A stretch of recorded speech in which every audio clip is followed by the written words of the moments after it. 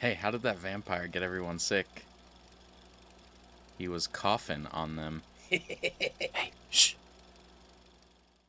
Welcome back, everyone, to Not Another Needless Sequel, where we talk movies and propose unnecessary prequels, sequels, reboots, and remakes. I'm your host, Kane, and today I have with me my wife, Kelsey. I promised my friend that I would say hello to you today. Hello. Hello. Kelsey will be my co host as we discuss 2007's I Am Legend. So, what's the plot of this movie in your own words? This lady thought that she cured cancer and was healing people, which it ended up not. It ended up like mutating and causing like a deadly virus outbreak where basically all of civilization dies except for the lucky few who are immune. And it's an airborne as well as like zombie like. I don't know how you want to describe it, but like if you get scratched or bit, you're infected. And this guy is just navigating the world with his dog, trying to capture, what do they call those things? What do they call the zombie things? Well, we'll get Vampire to things? specifically that. Peepers or Peepers? I don't know what they call them. I wrote it Yeah, down go with too. peepers for now. I wrote it down. He's trying to capture peepers. Dark Seekers. Dark Seekers. That's what it is. And these people they call Dark Seekers, he's trying to capture them to create a cure through science. And he ends up capturing the wrong one because he gets the alpha The wrong one. pissed. He's successful, but dies as a legend. So the movie is obviously it's based on a book, which looking into the book, there is kind of a lot of differences that I mean, I never read the book, so I apologize for listeners who have read the book and are gonna roast me alive for this. The things that I read about the book, I understand why they didn't make into the movie. It was too much. Now, growing up seeing this movie back in 2007, I referred to them as zombies. I thought they were zombies. They're vampires. They're not zombies. Because they only come out at night.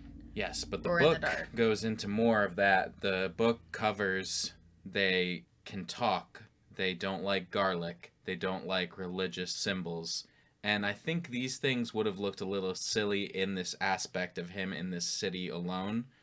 I can't see him doing things like putting up crosses outside of his house, spreading garlic. Yeah. But so the movie starts off, I think, in a pretty cool way. I like when apocalyptic shows and movies do this thing. More recently, The Last of Us did it in the beginning of an episode where they show, a newscast sitting around discussing what would eventually be their downfall.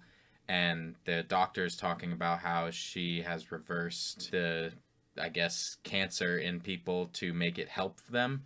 And I thought that was sort of interesting because how the cancer seems to help them is turning them into vampires, which nearly could be argued that that's better than what they are now. It just is not better for the humans. Yes. And so I really like that. And of course, that rolls into a 3-year time jump, and you're seeing New York City. Obviously, New York City is always a great shot for movies to do where you're showing overgrown vegetation, just empty streets, because when you picture New York, you think absolutely full of people, just, the hustle and bustle of city life. Yeah, well, going back to the beginning of that because I have something to say about the virus, but I liked the beginning of the movie. I'll be the first one to say I didn't love this movie, and I'm sure you probably know that. I didn't love the movie. It wasn't my favorite movie, but the beginning where it was talking about like, oh, Cleveland won the game tonight by 1, whatever it was, like the sports part, and then it cut to the lady, the woman at the health desk,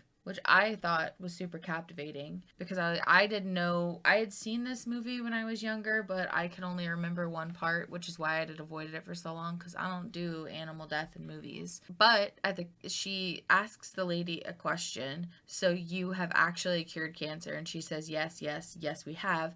And then it cuts to like the total like decimation of the city 3 years later. And I was like mind blown. However, I do think like it was mind blowing and like captivating for me because it shows that humans got in their own way of trying to cure cancer using a deadly virus. They used the measles, right, which kills people, to try and alter it a little bit to cure cancer, and then ultimately it mutated even further.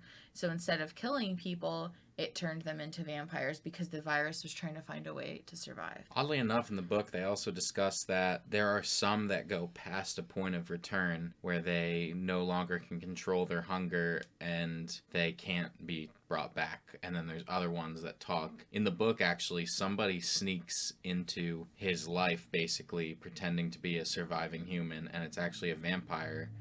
Which I won't go too much into that. I just thought it was interesting that how different things like that are, but also the extent to which they show what the mutation has done. So when we're looking at New York City, they did close off streets to film a lot of this movie, and Will Smith said that due to the closed streets in New York City, a lot of times he would be out and about during filming, or I guess in between takes, whatever, and he was just getting flipped off all the time. People were so mad. I mean, I get it. You have this constant routine of I'm going to work, this is the street I walk, the taxi can't go this way, whatever, and now it's blocked off for a movie. You're gonna be pissed. Yeah, for so sure. he has profusely apologized about this in several different interviews, and it's just hilarious to me. They must have not kept his wife's name out of their mouth. Oh, God.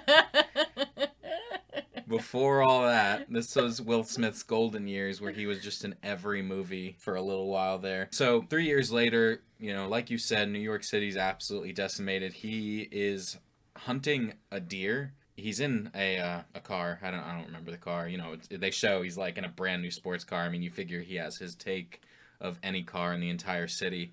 Right. And first of all, no fucking way are you hitting that shot where you're driving beside the deer and you're sticking your gun out the window. You're going fucking 90 miles an hour. You're gonna hit this deer? Bullshit. He didn't. He didn't, but he was aiming. He didn't even shoot that time. But still, like, what are you thinking? When they do finally find that deer and that lion comes out, that's insane. I would not be living here. I get his whole, this is my site. There's lions here, dude. I actually thought that scene was kind of humanizing to him. Mm-hmm. Because he didn't shoot or attack because he saw that there was like little lion cubs. Yes. Because he was thinking about shooting that lion until he saw the little baby lions come out with the big lion. So I thought... That is a good scene. You're right for that reason. I liked that, and I don't know. I just thought that was a way to still humanize him, even in... I think you're right. So after the deer hunt, I mean, you're just kind of getting a taste for what Robert's life is like. Robert goes home and you see his supplies. He's making dinner for him and Sam. He's super meticulous with his supplies, which I think was an interesting way to do it because you'd have to be. You have to know exactly how much you have. And, I mean, presumably, even though it's been 3 years, eventually he's not going to have food. And he's going to have to leave. Well, he did show in part of New York that he had a garden. He did. But, at some point you can't just be eating whatever you can grow. Winter's going to come around. So you see him take like a jar of sauce and he replaces it with another one. He has it very every label's facing forward. So I assume he knows exactly how much he has of everything. Even later on, you see when he's scouting buildings, he has a map and he's crossed off buildings that he's gone to. But he's making food for him and Sam.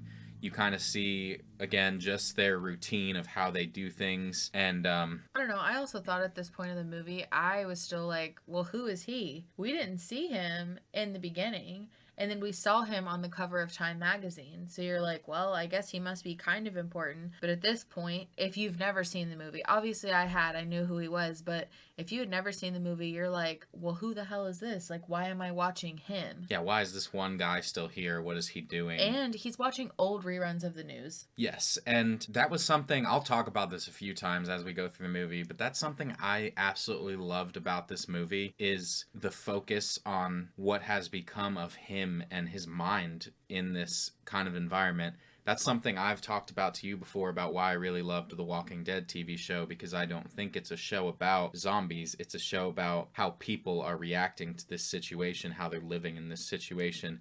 And you see that with him. He's watching these old TV shows because you need that. You need to have this routine of I'm still living a normal life. You need to hear other people talk. It cannot just be you talking to your dog, and eventually we'll see your mannequins. You have to hear other things. You have to pretend there's some aspect of your life that's still normal. I also think that him talking to the dog made him feel more normal. Because, like, I won't lie, I've talked to my dog before. I mean, everybody does. Like, everybody's talked to their dogs. Obviously, maybe not in that way, but him showering the dog and just having, like, a conversation broke my heart. I had to pause this movie several times because I cannot take the dog death. I just can't. I mean, we'll talk more about the dog and Will Smith a little later on. I thought it was funny he makes the dog the plate of food and the dog is pushing the vegetables around. He's like, nope, don't push your vegetables around. You need to eat them. Yeah. Like, the dog is using her paw to, like, push things around, and that was funny. But yes, he's giving her a bath and his alarm goes off, and we get his first flashback back to when the fall of New York, I guess, was just beginning. He is loading up his family. The military is with him, and he's telling his family they're about to seal off the island. One of the things about that is, they're not telling anyone else, and I thought that was shitty. There's people, when he's gathering his family, there's people casually walking on the side of the street.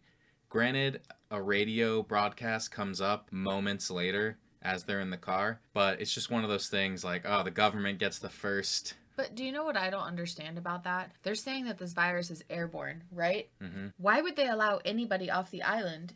It's just going to continue spread. So say that he gets his family off the island, which you kind of see what happens in a little bit. Mm-hmm.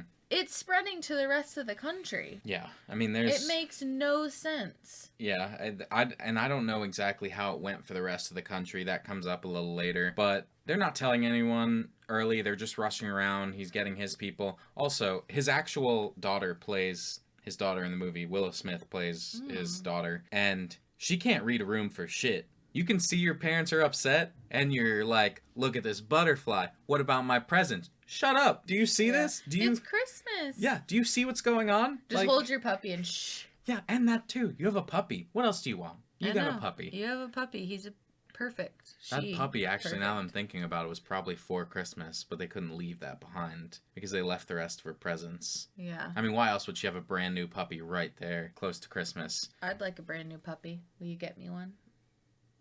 No. So... He's in the car, and it cuts away from the flashback when somebody who's infected hits the window of their car. And we go back to him. He is somewhere in here, you see him locking down. He locks down his house every night. He's got metal grates on all the windows.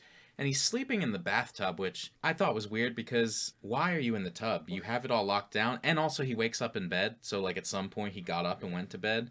What are you doing? Like, why are you laying in the bathtub? But either way, you then see the next morning where he goes down to his lab and you see he has been working to try and get this cure. On rats, which are plenty and fruitful in New York. I thought that too. At first I was like, well, why rats? Where are you getting them? And I was like, oh yeah, this is New York. You're just grabbing them. Yeah. From wherever. So the thing about using the lab down there, and like I was mentioning earlier about his isolation, Will Smith, to prepare for this role, he spoke to prisoners about their isolation. Prisoners told him you have to have a routine, and that very much shows in the character where he has this very particular routine that he does day in and day out. And then he also spoke to members of the CDC on how to use lab equipment so that, he didn't go down there and just like pick things up. And he was like, I'm doing science down here. Also, those rats, one of them almost broke out. I think you need better containment. They were smashing into the glass. The glass is cracking. I mean, I feel like that's an ode to the end of the movie. Yes. But you'd think he'd be more worried, but he's like tapping on the glass, whatever. He does see one of the rats is showing decreased aggression, and he's immediately ready to start human trials, which I think shows how desperate he is. He's not doing another test on more rats. This is showing some kind of progress. We're going to try it on a human. Well, what's crazy to me is that I know the Dark Seekers are still humans and he wants to save humanity, but do you really believe if that happened today, people would do that? Nah, they sure would. So I feel like it's another way to show how, like, human he is and, like, how it's humanizing and how he really wants to just find a cure to save people. He is, that is his ultimate goal. He's focused on it. He says it throughout the movie a few times about how this is his site. He can still fix this, and that'll keep coming up. Another thing that I saw when he was at his house, I believe, is there's a poster. He has a lot of, like, newspaper clippings, and you know what? It actually comes up later when he's in someone else's apartment. They have newspaper clippings and stuff up, and I'm like, why would everyone have this? Everyone in New York started saving these. Anyway, one of them says infected dogs can come out at dusk. stay in the light, and it has a picture of an infected dog. And I think that that is kind of foreshadowing what's going to happen. Not to mention, the dogs are released, as you see later on, and the Darkseekers won't come out yet. The dogs can go out when it's still a little light out. They're stronger, I guess, than the Darkseekers. But he goes out to gather supplies, I guess. And I think that he's not doing a very good job of being thorough with his search. He's looking at like CDs and stuff, which, yeah, you want that. As I mentioned, you need to act like you have a normal life. Hearing music, I think, is going to help with that. And you do see he has a large collection of CDs. But when he's searching this house, I just think you need to be searching everywhere. Like under couches, anything that might help you survive, you need to be grabbing. And I feel like the way that he's searching right now, say that he was able to stay there another 10 years, you're going to have to go through every house you've already been through again for the things that you probably missed, because you're going to need it. I mean, that's beside the point. My ideas on how he needs to be surviving. He also goes to a video store. You see he continues to act as if he's renting videos. He has all these mannequins set up in there, and he talks to them. Mm-hmm. It's creepy. It's creepy, but again, it's about pretending that this is normal. Yeah, I put he definitely had to have set that stuff up himself, which I think is creepy. But I mean, I understand what you're saying. But yeah, I think it just kind of shows how his mental health has been affected through all of this. And yeah. Also, at this point, I was wondering why he cannot be infected. Like, why is he immune? But they kind of just say later on, some people were just immune. They're like billions of them, then yeah. and then these people survived, but then they weren't immune, so blah, blah, like, you know what I mean? Yeah, so he's not worried about the air infection. I don't think he's actually worried about contact infection either, but I guess that comes up a little bit later. He is putting out a broadcast every day for people to meet him at the seaport if there's anyone. He is out there playing golf, sitting just around. He fishes, like he does all kinds of stuff. I think that, I mean, again, to your point about his humanity, he's making sure if anybody is alive nearby that he says, you know, I can provide you food, I can provide you shelter. He's ready to take anyone in and take care of them, which also, I think he's begging for company. I think that he needs something, and he knows that. I think that isolation is killing him. On top of everything else that he has to survive, the isolation is just not healthy, and he knows that what he does with the mannequins is not normal. It's not like he's completely lost it, but it's happening. Yeah. I mean, I agree with that too. Makes you kind of think of like in The Walking Dead when they had the people do the broadcasting and Eugene was like talking to them, like just looking for somebody. So when they are up on top of this jet and he's playing golf, Sam and Robert spot a deer and he goes to hunt it, which makes sense. Even though he's got a lot of food, you don't know how much of certain foods he has, and you would want any opportunity to hunt fresh meat like that. So they go to hunt the deer, and Sam runs after the deer in this dark building. And I thought it was pretty emotional that as dark as it is in there, he knows it's dangerous. He didn't really question it. He ran in after Sam. He's trying to get Sam. You know, it's actually like the way that it is shot, I think, is super terrifying. There's very little light from his flashlight on his gun. He's continuing to cover it to try and make sure he's not going to accidentally bump into a Darkseeker. And not to mention, we're 30 minutes into this movie at this point, and we have not seen the Darkseekers. We don't know what he's afraid of. If you've not seen this movie yet, you're 30 minutes of just seeing this guy survive, wondering what it is that he's so afraid of. And I think that made this scene terrifying. I mean, it's an edge of your seat kind of scene where you want him to find the dog.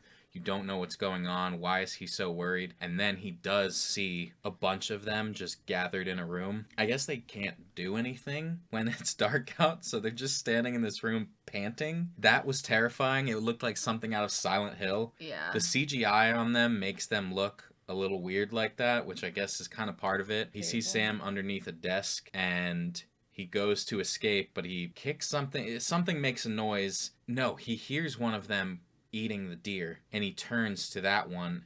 It sees him, and they go running at him, and he just goes full sprint out of there, calls for Sam. Sam goes running. Sam's able to get out of a hole, but he just busts through a window. He's like a couple stories up, and they're burning out in the daylight, so you first see that they can't take the daylight. That's why they stay in there. Him jumping out of the window is insane, but I guess that was his only option. It was that or he was going to die. Right. There was no way he was making it out of there. And he's immune anyway, so them touching him's not going to hurt, but they'll rip him apart, eat him. Yeah, right. I think after that, do we get a flashback? Not quite yet. So after that, immediately after that, he sets up the trap to capture one of them because he knows they're in there, and he needs to do human trials, but I guess he doesn't always know where they are because they would move through the night, and you can't just go into any building. And he clears buildings. You see that when he's going into that one apartment, he's ripping down curtains, so now you know they can't be in there. But there's buildings like that warehouse he was just in, there's no option. It's too big, and there's not enough windows. So he sets up a trap, he puts his blood out there, breaks it, and one of the Dark Seekers gets captured. And when that Dark Seeker is captured, he meets like the Alpha, because the Alpha comes out and screams at him and stays there and lets the light burn him for a second. First of all, I was like, well, that guy is specifically upset about this situation. Mm-hmm. Like, even from then, you can tell that this wasn't... He doesn't quite understand it. He mentions it later that he believes that they are getting dumber. He says, like, they're degrading, they've lost all humanity. Right. That's not what this is. It's kind of quite the opposite, that they have a relationship, they have an attachment of some sort, and he's upset that he took somebody. So he brings this Dark Seeker back to his lab, and he tries to give it the cure, the compound, whatever that he's created that worked on the rat, and it like kills it. I didn't really quite get what happened there because it flatlined. And then he brought it back, and he was super upset. You know, he like slams his glove down. He looks about ready to give up, which you can imagine after 3 years of trying this, and I don't know how many times he's had anything this close. I don't know. But you can see where that would be super upsetting. They also mention he's like recording all of this. He calls it the Crispin virus, and it's named after the doctor that created, like early on in that news broadcast, it's like Dr. Alice Crippen or something. Yeah. So the virus is named after her, which I thought, what a legacy that she's left behind. I mean, yeah, it's her fault. Well, she was trying to do good. Yeah, maybe so. But that's when he mentions that he believes the vampire the Dark Seeker went into the sun due to starvation or their brain decaying. And his behavior kind of reminded me of, again, bringing up The Walking Dead. You remember that first season, they go to the CDC and there's Dr. Jenner there. He's the only one left still trying to work on a cure for the zombies. And he's recording himself and he's talking and he's kind of given up. One of the last videos he records, he's like, I'm just going to get drunk. And of course he meets the survivors, all that goes down, he does give up. But it's the same thing, like, you are the only one left. You have no colleagues you can bounce your ideas off of. You have no help. This is just you, and you feel very much the weight of the world on your shoulders. Like, if you don't fix this, it's over. Yeah, I mean, I could definitely see that for sure. So after that, we get our second flashback. And in that flashback, they are going across the bridge to get to a helicopter. They're scanning people. You see they have this scanner that scans their eyes to see if they're infected. His wife gets marked as infected, and then he makes them scan her again, which I thought was kind of sad because she got the benefit of the doubt because he's a colonel or whatever. Yeah. Other people do not get that. Now, granted, you see people in the crowd, their eyeballs are bleeding. Yes, that lady who's like, please take my baby, Yes. take my baby, and they won't even take the child. Her, obviously, she's infected. But there was other people they showed that they scanned, and they were just like, get out. Yeah. Like, walk away. They do not get a second scan, and that's sad. Who knows how many people maybe could have lived. Which, maybe she was infected. Unfortunately, later on, something happens to her, and so we'll never know. But he gets them to the helicopter, he's saying his goodbyes, and his daughter hands him the dog, says, Sam will keep you safe. It's kind of sad because it's just an emotional scene altogether. He's saying goodbye to his family. He says 2 weeks, but he's very much aware that he doesn't know what's going to happen. I believe in the car ride over there, he says to her something like, if we find something in a week, 2 weeks, a month, he knows that this could be an indefinite amount of time that he's trying to cure everything. And on the note of his daughter giving him Sam, Will Smith spent a lot of time with the dog, whose real name was Abby, just trying to get to know her. They would go on what they called dates and just hang out, the two of them, to try and kind of learn each other so that they could act together. And Abby was actually a shelter animal that was trained super quickly within a matter of weeks to be an actor, basically. Aww. And Will Smith, at the end of the movie or the production, tried to adopt her. The trainer could not part with her, but he tried. And as far as what I looked into, she's still alive to this day. She's old, of course, but she's a very happy, rich dog. Well, she better be for the things they put her through. Am I right? Yes. I don't know what other movies she did. Maybe Well, she it did a doesn't happy matter. movie. It doesn't matter. Listen, when a dog's in a movie, it's never happy. Maybe she was Dog in Dog with Channing Tatum. A little too old at that point. Maybe. Maybe she was in one of those like kids movies about dogs. Yeah, usually the dog dies. No. Hello, Marley and me. No, definitely not. I just get salty about it, and I don't even want to speak about. Well, we haven't gotten there yet. Well, we're almost there. So after that flashback, we've moved on to the next day. He's going out about his routine, and he sees a mannequin standing in front of a building that he didn't put there. What creeps me out is when that camera shot happens, I swore to God the mannequin was moving. I rewound it and was like, this mannequin is moving. And I was thinking, what is going on? It actually turns out the mannequin that he calls Fred, it was replaced by an actor in that scene in order to have the mannequin move their head like just a little bit. They just do this ever so slight head movement, and it was done to mess with the audience's mind. And actually, earlier in the video store and when he goes back, some of the mannequins in there are played by people on purpose, and I think it kind of goes along with him losing it. You know, he might think he saw this mannequin move. You know that's not the case because it's a mannequin, but like me watching this movie and seeing that, I was losing it. I was like, that mannequin moved. Yeah. He's super mad about it. And like the way he reacts to it, he gets very emotional about it. I think he's mad because he's wondering, am I losing it? Like, have I seriously, is this it? Like, have I passed this breaking point?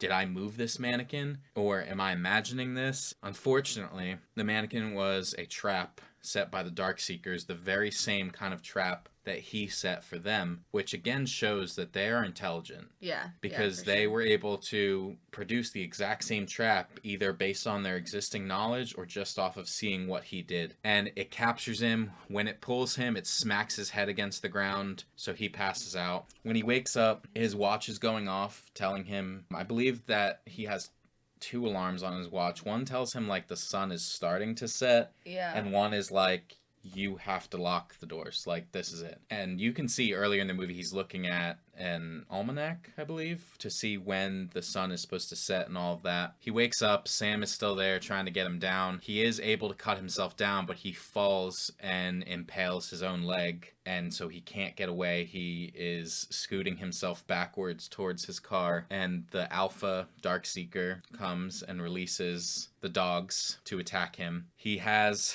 a fight with them. And I wondered, why didn't he grab his gun from the puddle that he was hanging over? He had his rifle when he went over there, and he didn't grab it to scoot. I know you have to scoot away. I know the gun's probably heavy, but you know the situation you're in. You know it's dark. You should have grabbed it. He gets back to the car and has a pistol. It's not enough. The dogs are too much. He kills them, but by the time that he's killed them, they have fought with Sam, and they've seemingly scratched and bit Sam. Sam is bleeding, and he rushes Sam back to try the cure on Sam. He's down in the lab singing to Sam, and Sam starts to turn. You can see he's looking at Sam's eyes. He's looking at Sam's teeth. The fur starts to come off of Sam, so he's gonna look like, one of the infected dogs. And Sam turns. You hear the dog become violent and try and attack him. And you mentioned to me that you were upset that he choked the dog. I don't think that he choked the dog because he wanted to or because anything else. I know you're upset. I'm not trying to defend the movie necessarily, but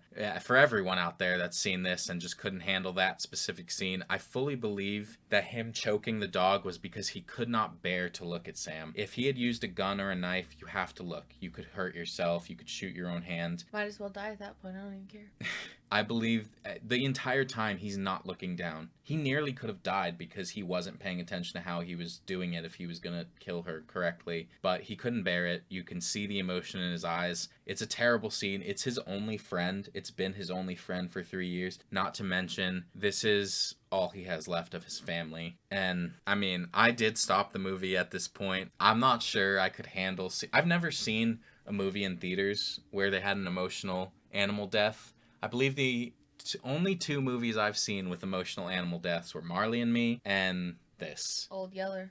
I never saw Old Yeller. Well, I avoided it because everybody fucking talks about it and is like, when they kill the dog in Old Yeller, I was like, sounds like a good time. I'll pass. yeah, no, Old Yeller, I'll just give you a slight rundown. This little boy gets Old Yeller, the dog. Anyways, the dog ends up saving the boy, but he got bit by, like, a wild animal, and he ends up getting rabies. And the little boy has to shoot and kill his beloved pet. Any particular reason why an adult didn't handle this? No. I'm sorry, I'm super quiet. I have nothing to say. I wrote in all capitals, dog death, enough said. It's terrible. Like, I can't handle it. Anytime I even think about a pet I've had, I start to cry. It is absolutely a breaking point for him as well. It's a tipping point of the movie. He's reached the end. He can't take it anymore. All the stuff he already has to deal with, them taking away his friend, was enough. He goes for revenge and pretty much suicide. He knows this is going to be the end. Well, first, though, after he buries the dog, he goes back to the video store. That's true. I skipped over that part. That's important. He does go back to the video store because he walks up to that mannequin when he's like, oh, I'll say hello to her tomorrow, like when they were just joking around. And he said, I promised my friend that I would say hello to you today. I just want you to know that I was broken even more. And I think that, obviously, COVID times, right? I know you don't feel this back in 2007, but people probably relate to this more now than they ever did, because people who truly followed the quarantine rules, truly followed them, probably felt this way if they didn't see people for, like, especially in larger cities, like if they didn't see people for extended amounts of time, they probably felt themselves like going crazy, or like, that's why you saw like pet adoptions go up a whole lot, because people just needed somebody. On top of that, and he doesn't have that anymore. When he says to the mannequin, he says, I promised my friend I would talk to you, and he says, please talk to me. It's, again, he needs somebody. He's begging for this companionship. He's just basically hoping that maybe he's wrong, and somehow this is a person. Somehow this is a real human being that's going to turn and talk to me. I can get some comfort. I have somebody else in this world. I have something. He has nothing. So he goes for revenge. He sets up a trap where he places a mannequin to look like it's him fishing. They sneak up on him. Pretty terrifying. They're silent. They are actually sneaking, again showing their intelligence. They're not blindly running. They're slowly walking, and then when they get close enough, they begin sprinting. Turns out, he's in a car behind them. He screams die and just drives through them. He's backing up. He just keeps going through them over and over again. And he crashes the car. The car flips somehow. He ends up upside down or on his side. The car flips, and they are basically going to get him until a bright light flashes. Then we get the final flashback where you see that his family flew up in the helicopter, and Darkseekers New York was done immediately. They were bringing down other helicopters. They were grabbing onto them, and his family's helicopter got hit. And you don't quite see it, but you know that's what happened because it cuts back after that. And I can't believe his family died. Yeah. Like, I thought they'd get away. The worst thing I thought could have happened was that maybe his wife was really infected and that they would leave and they'd have to deal with that away from him. No wonder he never left. No wonder it wasn't 2 weeks, I guess, because there was no reason. He had nothing to go to. And seemingly, the rest of the world failed anyway. He doesn't believe that there's anything else. He truly is under the impression he is the only one. But he meets Anna and Ethan. Anna saved him. He's driving, he's like nearly passed out in the car with her. He says to her, they don't know where I live. Don't drive back until day. It's Anna's fault. So he wakes up. Anna and Ethan are there. He doesn't seem to really remember what happened, and Anna is making breakfast. When he walks out, he sees Shrek is playing on the TV, which I'll come back to that in a minute. I just wanted to mention that. He goes in there to eat with them. He sits down. You can see he's very uncomfortable with other people, which, again, makes sense. He's been talking to a dog and mannequins and listening to the news only. He doesn't really know how to speak to other people. And Anna says something about, surviving. He gets mad and throws his plate, and she's like, pulls out a gun. He says, I'm sorry, I was saving that bacon. And I don't think he was saving that bacon. It was just, it's such a weird, I think he said it because of Sam. Yes, he's got a lot of reasons to be upset, but it's just, it's comedic. I mean, what I found comedic, what nobody else might find comedic, is she over there making eggs, and she gonna come over and make everyone a plate and leave some in the pan? I thought that too. We are literally Yeah. the end of the world, and there is extra bacon on the plate. Yeah. They should be rationing. There's no you should not leftovers. exactly. What are You you should have doing? made what you needed. We don't Uh-huh. have the resources to waste. She says, these are powdered eggs. Like, well, fuck you then. You don't get Yeah, any. exactly. I've been surviving long ago, Anna. Yeah, and also, who asked you to just start making breakfast? That's what I'm saying. She be having left. Like, are you gonna eat the leftovers? No, you should be rationing how much you eat to last. But she's like, no, I'm gonna make extra. So he leaves, or they leave, and they separate from each other. He needs a minute. And when he goes back down, the kid's watching Shrek, and it's at the beginning again. That fool started Shrek over. Yeah. There's got to be other movies. What are you just watching Shrek over and over I for? mean, listen, he starts quoting the movie. They start looking at him like, what the heck? It's a Like, little he's weird. I mean, yeah, but he knows the entire movie. And then he goes, to try and, like, relate to the kid. Yeah. He goes, I like Shrek. And in that moment, first off, I laughed, but I was like, me too, man. It's one of the best animated movies of all time. Like, Oh my you can't gosh. even be mad at that. I know. Well, I mean, I got what he was trying to do, but yeah, they did look at him kind of weird. I'm like, look, you can see what he's trying to do. He's a human being. So she actually calls them Dark Seekers for the first time during that. I mean, up until that point, I don't know that he was really referring to them as anything, which, why are you calling them Dark Seekers? That's a long word versus vampire, Yeah. infected, anything else. Either way, he starts to get to know Anna, at least. In his eyes, I guess, this is the first person, and he's gonna do what he said. Keep them safe, provide them food, shelter. At one point, he mentions, something about his Bob Marley CD, and she's like, oh, Damian Marley? And she doesn't know who Bob Marley... Who the fuck does... You know Damian Marley, but you don't know Bob Especially Marley? back in 2007. Come on, Like, she right? wasn't that young. What are you doing? She was not that young. Exactly. Yeah, I But agree. she continues to suggest to him that there's a safe zone, and he pretty much loses it, which I get. You've been alone all this time. You're not going to believe that there is any chance of anything like that. And she says, we're going to make it, and he is yelling at her about everyone they know is dead. There was only this many people that survived, and it all depends on him basically saving the world at this point. But she continues to insist, she claims divine intervention is what led all of this to happen, and he doesn't really see it, but at that point they're out of time because, yes, Anna seemed to have brought them back a little too early. The Darkseekers know where he is. At this point, I didn't understand, like, why the alpha Darkseeker was so mad at him the entire time. And then I saw that Darkseeker's body underneath, like, on the ice, and I was like, that must be, like, his lady, because you could tell that it was a female at that point. They don't ever outright say that. I'm just assuming. So actually in the book, that is... let me actually hold off on that. I'll come back to that. Did you think that the alpha boss looked like a mix between the Mummy and Sunny from iRobot?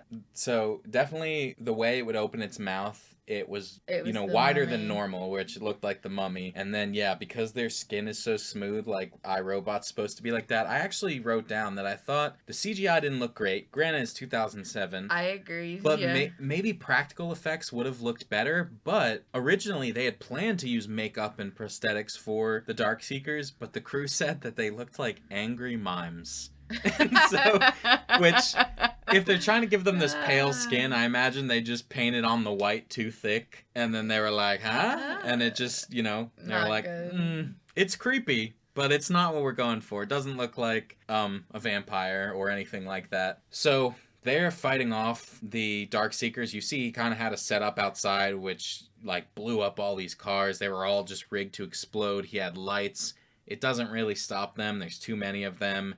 And they knock over the lights. You can see early on, they can stand in the light for a second. It's not like they disintegrate. So the lights didn't really work. And they get inside the house, and eventually Robert, Anna, and Ethan make their way down to his lab where he has the female. They lock themselves into that chamber with the female, and they see that his cure is working. Yeah. The female is changing back, but it's kind of too late. The Darkseekers are all down there and they're trying to break through the glass. You see the glass splinter into a butterfly shape at the same time. And forgive me if I say something that you don't remember. It's possible I'm confusing it with the alternate ending because I did watch that, which I'll touch on in a second. He looks over at Anna and he sees that she has a butterfly tattoo, and Yeah. he says, I'm going to go ahead and listen. He kind of, you're I guess, right. believes in the divine intervention, and he gives Anna the cure, tells her to get inside this little safety hole, I guess, and they're not going to stop, so I need you to take this, get the cure to the right people.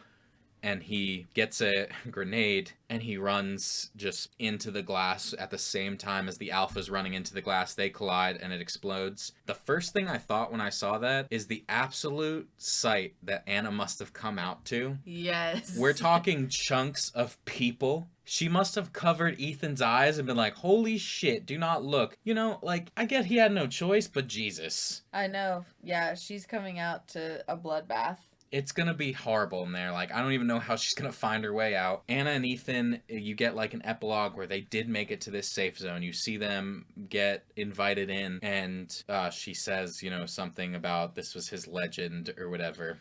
Yeah, her speech about him saving the world and stuff, way too cheesy for me. And especially when she said he was a legend or whatever she said, that lost points for the movie right there. Absolutely terrible. Absolutely terrible. So let me bring up the alternate ending now, which is closer to the book in some ways, but also the book's ending. So in the alternate ending, he does not send Anna and Ethan into that hole. He says, I'm listening. I've got this figured out. He opens the glass and he slowly walks the female out there. They do not attack him. They all just let him go. He says to the Alpha, I need to get a syringe. And he walks over to this drawer to get a syringe. As he's doing that, some of the other Darkseekers start to crowd him and screech at him. They're going to eat him. And the Alpha, gives this commanding yell. He doesn't say a word, he just kind of yells, but it's like, stop, and they all stop. They all back off. He gets this syringe, and I believe he takes some of her blood. Mm-hmm. He still wants to make a cure. Yeah. Yes, and he lets them go, and they let him go. They just wanted her. And so he lives. Oddly enough, and I don't know how they're going to convince people of this, the sequel that they're planning on doing, they're going with the alternate ending. They're not going with the one that was shown in theaters. They're depending on people to know the alternate ending. Now, in the book, he realizes, which is again closer to this alternate ending, he realizes, and this goes along with the I Am Legend, they are not monsters. To them, he is the monster. He is the legend to them. That's where he goes with the I Am Legend, because all they know is there's this guy that has kidnapped them and attacks them. He's a monster to them. They're just living now. He is the minority because he's a human in this place, and they are all vampires now. So it'd be the same thing as if there was one vampire and all these humans, and he finally puts that together in the end that he's the monster. That's where the I Am Legend comes from. He says it in the book in his own head. He says, I am legend, which comes off a little cheesy, I guess, still, but it makes more sense in that context, I believe. Overall, for me, I liked this movie. I gave it a 4 out of 5. The only reason I took away points is honestly because I think the alternate ending should have been the way. I think coming back around full circle to that humanity aspect where he is realizing these are not monsters. These are not the monsters I've made them out to be, because they can control their hunger. They can stop themselves. As I told you, they didn't attack him in that moment. They allowed him to live, and they allowed Anna and Ethan to live, and they could have killed them. But again, it was just about, you took my wife. Yeah, wife. That's my wife. My wife. You took my wife, and I just want her back. Yeah. And yeah. so, I mean, I gave it a 3.2 out of 5, which I don't feel like is as low as I was probably making it out to be. Yeah. I really liked parts of the movie, but the other parts of it didn't make sense. The end didn't make sense. I understand, you want to kill the dog, whatever. However, something I question about the dog is, why didn't he just, save the dog like he did the other lady? He did the other, he was developing a cure and testing it, and she was still alive. Why didn't he just lock Sam in a cage? Because theoretically, he could have cured Sam. It was less than a day's time. Makes no sense to me. Makes no sense. Whatever people want to say. I thought the CGI was poor. Was it too late for her? How long she been a vampire? It was too... You can't pick up one of those dogs. They're too vicious. He trapped that one. It's not like he grabbed it. Yeah, He couldn't hold Sam by the throat and put... He could have put Sam in there before Sam changed, is all I'm saying. And listen, you don't... The thing is, he tried. He gave it the cure, and I assume that was the same compound, but it didn't immediately work, so... And he assumed it didn't work on her. Yes, but the thing is he assumed it didn't work on her. The missing piece was that he had to cool her body temperature down. So he would have had to put Sam on ice, which I understand Sam had to die, whatever. CGI was poor. The cheesy ending, him blowing himself up, none of it made any sense. 3.2. Thank you. You're allowed your opinion. That's my opinion! This is going to be Guess the Vampire Movie based on the review. Oh, okay. Look, to be honest... Did you throw the Joker in there? No. I'm not Mr. Sunday Movies. There's 6 reviews, 6 options. I only used each one once. Did you throw the Joker in there? No, I didn't use it. You can see your options right there. Oh, he pinky promised everyone. I'd like that on the record. Now, you have seen all but one of these movies that are on the list. The options are Let Me In. You've seen that. Oh, wait, I did see Daybreakers. Yes. Dark Shadows. Morbius. You've not seen I Am Legend, Daybreakers, and Twilight. Okay. Now, to be honest, I feel this is going to be super easy, but some of these reviews were too good to not read out. Oh, okay. So, am I guessing and you're going to say correct after each one, or am I guessing and you're going to be I'm going to say correct after each. I'll give you yes or no after each one. Okay, so number 1. A deeply sincere, outright goofy vampire romance for the hot, not to trot, abstinence set. You threw me off because you called out Twilight. It's Twilight. Okay. I should have put in more that you hadn't seen in there. I should have threw fucking Renfield in there. Oh, you should have. Okay, 2. Con. Vampires are destroying the economy. Pro. They're all baddies. Is that Daybreakers? Yes. Okay. 3. The population dropped to 12 million people due to the virus, and people still watch Shrek. Iconic. That's what I said, is it not? Absolutely iconic. One of the best movies of all time. I Am Legend. Okay. 4. Oh my god, I morbed. I don't even want to say it. That's disgusting. Morbius. Okay. 5. Too much sex. Dark Shadows. They do have a lot of sex in that movie. 6. Bitch, let me out. Let Me In. Oh, come on. You only had one. You waited. You paused like there was some big sequel. I know. All right. You win. Hooray. Look, like I said, it was going to be easy, but come on. Those were gold reviews. I'm trying to... Can I see... You can't read my sequel idea. Oh, no, I'm not. I don't care about that. Mine's better. Oh, my God. I think my favorite is Con. Vampires destroying the economy. Pro. They're all baddies. Yes. That's my favorite one. Oh, my gosh. All right. I mean, should we do sequels? Yeah. All right. Do you want to go first, or since mine was better last week? You go first every time, you know? All right, so I think this movie needs to be rebooted. Oh. Or remade, whatever you want to say. I think that it should be a little bit closer to the book. Granted, please don't come after me, people. I just read like very Cliff Notes version of the book. I have not read the book. I'm not a strong reader. He's laughing because that is so true. However, I do think being made now, the CGI would be better and it wouldn't seem so cheesy. I don't mind that there wasn't a backstory to like the vampires, but anyways, different actors obviously and a better organized story. Chris Rock as the lead. Oh my gosh. Listen. You know, he'd be like, "What's with all these vampires in New York?" You know? Oh my god. Dark Seekers. Oh my god. Anyways, so I think I would change a few things. First of all, I think the flashbacks are amazing. I would keep those. Obviously, with the way that my story's going to go, you could imagine the flashbacks would be different, but I think that the flashbacks are key. However, I think when his wife, I'm just going to kind of tell you the changes. Yeah. Right? Okay. when his wife and him, like, they're getting them off the island and she tests where they're not going to let her off because she's infected, and they test her again and test her again, I think she should test again, and she's not able to leave. So they have to make the decision, do we send our daughter and save her, or do we keep her? They're going to send her. Yeah. So the daughter is going to be sent away. First, I think that should be, you know, forcing them to only send their daughter. So all over this time, his wife is going to be slowly transforming into A Darkseeker. a Darkseeker. I don't think it should take the full 3 years. Like, I don't think it should take that long. Like, maybe like a couple months down the road, like, he's like, oh, she's fine, blah, blah, blah. She's helping him. You know, they're raising the puppy, whatever. If you want Sam in it, great. I mean, Sam, it doesn't necessarily have to be there. Sam can be with the daughter, doesn't matter. However, I think that she should slowly, like, start bleeding from the eyes. He's getting desperate. And I think flashbacks at this point in her last moment should be from her point of view. So, eventually, she's obviously going to turn into one of them, but he has spent all this time building, like, a cell to keep her locked away in hopes of finding a cure.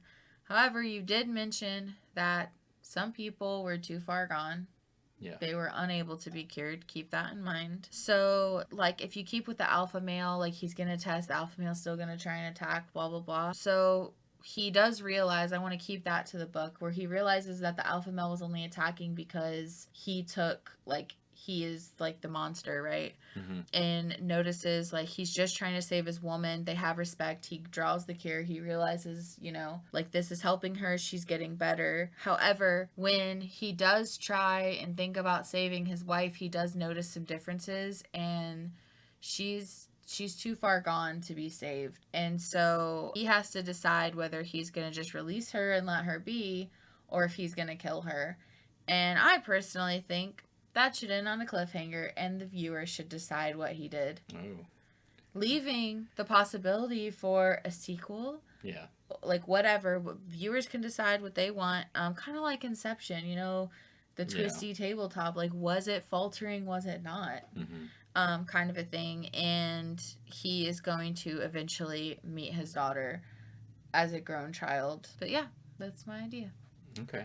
Well, they are working on a sequel that is going to see Will Smith return alongside Michael B. Jordan. Like I said, they're using the alternate ending, so he is alive. There's been no word on if Alice Braga or Charlie Tahan, if either of them will return. I could see where they might not, but either way, they are working on it. Nobody knows who Michael B. Jordan's playing, what exactly that's going to look like, or where the movie is going to go. They do have the original scriptwriters back, so I'm interested to see that. But I went with a direct sequel. I Am Legend 2, Butterfly Cure. No?